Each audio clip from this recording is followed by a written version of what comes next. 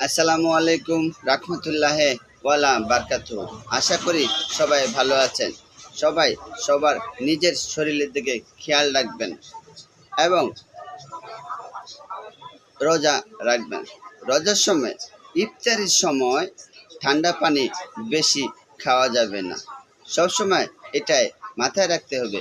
বেশি ঠান্ডা পানি শরীরের ভালো কোনো কাজে আসে না, ক্ষতির বেশি করে। এজন্য বেশি বেশি করে চেষ্টা করবেন ঠান্ডা পানি পরিহার করা। সুস্থ থাকার জন্য একটু ঠান্ডা পানিটা ছেড়ে দিন।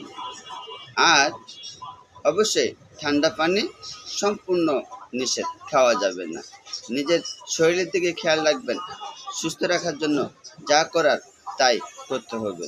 সুস্থতা কামনা করে আজকের ভিডিও এখানেই শেষ করছি। আবার দেখা হচ্ছে নতুন একটা ভিডিওতে। ভালো থাকবেন, সুস্থ থাকবেন, নিজের শরীরের দিকে খেয়াল রাখবেন। আসসালামু আলাইকুম।